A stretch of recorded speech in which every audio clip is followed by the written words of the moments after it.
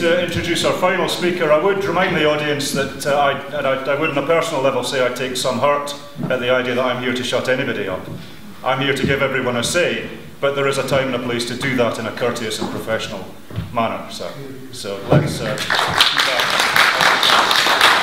We're delighted to introduce Saffron DIckson, who's here representing Generation YES, which is the young and exciting part of the campaign, not grizzled old lads like myself. I remember being Saffron's age once, but delighted that we've got such energy coming through from our younger folk in Scotland. I was so proud of the Scottish Government's decision, the Scottish Parliament's decision, to open the franchise to 16 and 18-year-olds. We've seen across other European countries, in Austria in particular, which has had votes at 16 for the best part of 2 parliamentary terms now. That's just the best way to do it, because young people are engaged and involved and excited about the future of the country. Saffron, please.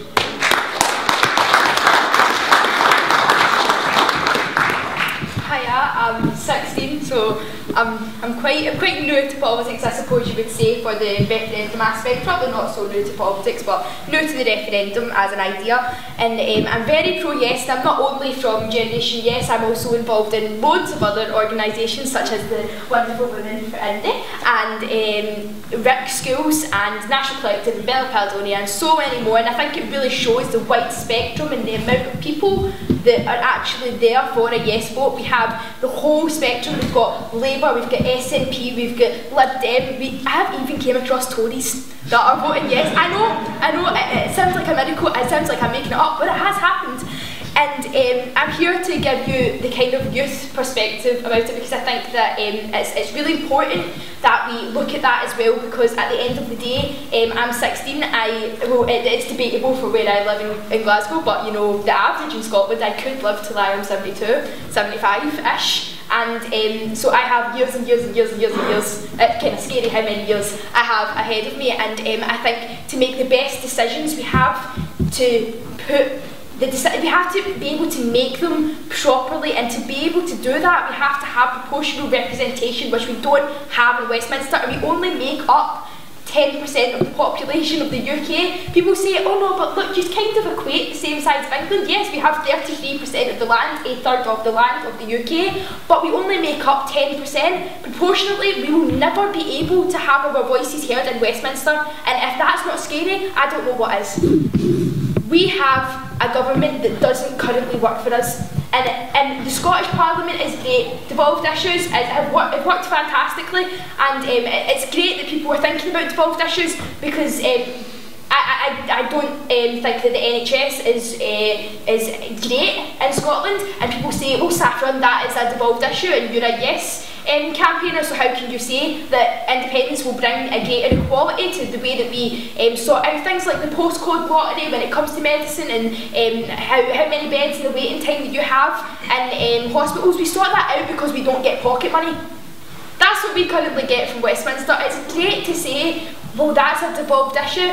Yes, but we only have a certain amount of money that we can actually spend on that devolved issue. We don't actually get to make up our minds of how much we actually get to spend on that. We genuinely get a pocket money sum, which the Tories are proposing that we cut, which I thought was a great policy to introduce before a referendum. I think that the only way we can properly secure futures for our children, for our siblings, our brothers, our sisters, everybody, the only way we can do that is through a yes vote, and that is because we can, things like the SNP, great.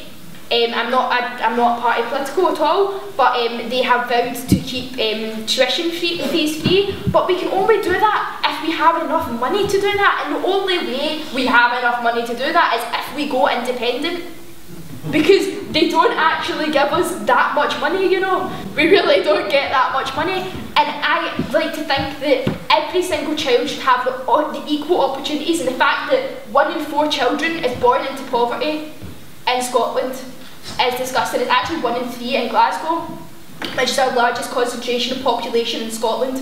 That disgusts me, the fact that you walk down the street and the amount of people you see, 1 in 3 of those kids are going home to no dinner. 1 in 3 of those kids' parents have to go to food banks in order to feed them. I have friends whose parents have to go to food banks. Sorry, I just hit you. I'm not getting that aggressive, honestly. whose parents have to go to food banks to feed them. Is that not sad? When people say, Saffron, how do you know that the union isn't working? Well, I do walk out of my house every day, and I do walk by homeless people, and I do have friends that live in the East End of Glasgow where the life expectancy is 55 years old, which is lower than in the Gaza Strip. In what developed country can you say that happens? Really? That shouldn't happen. We need to secure things like the NHS. We need to secure things like free tuition fees, every child and every person having the exact same opportunities in life.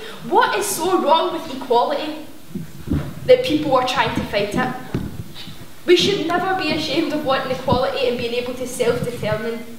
Doesn't everybody want that? Isn't independence what everybody wants in life? Or does everybody want to stand and be told what to do? Why would you want that? Imagine going down to London and saying to everybody, right guys, actually our policies aren't that great, so we're going to get them to do it in Paris for us. No, everyone would be like, you're bonkers, that's a different country. But then they would say, oh no, but it's Scotland, it's the UK, it's the Union, it's been working, but it's not working. You can tell yourself it's working if you want, but it's not. Scotland has some of the greatest universities in the whole of Europe. St Andrews University is the absolute pinnacle of higher education.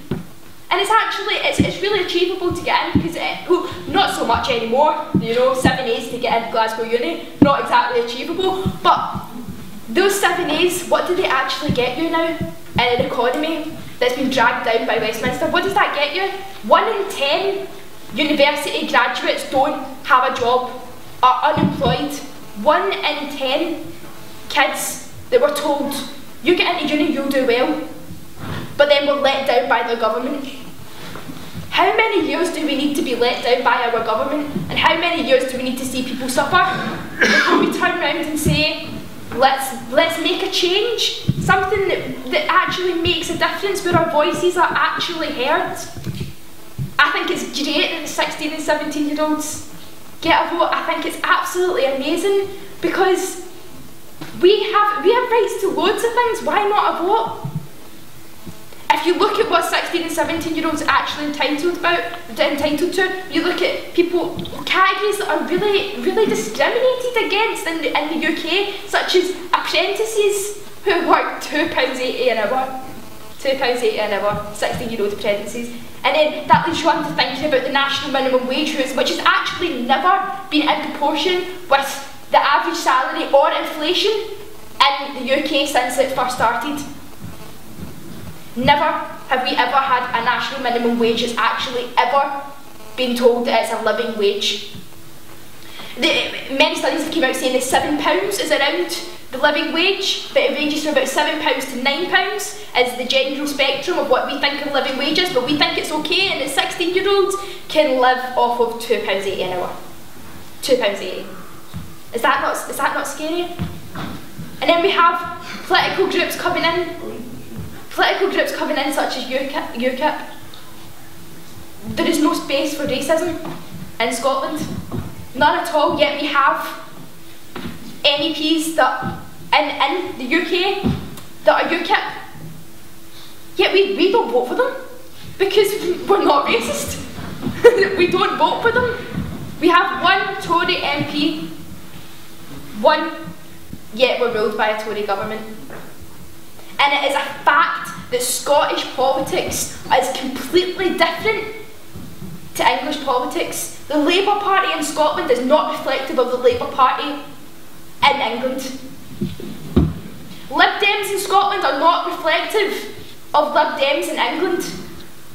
That's why it's called Scottish Labour Party, because it's completely different. We have to realise that Scotland votes differently, we have different opinions, we have different thoughts. And the only way that anybody is ever going to listen to us and we're ever going to have any value to anybody is if we're able to make our own decisions. Because for years, nobody's listened to us. And I've only been on this planet for 16 years and I'm already bored of not being listened to.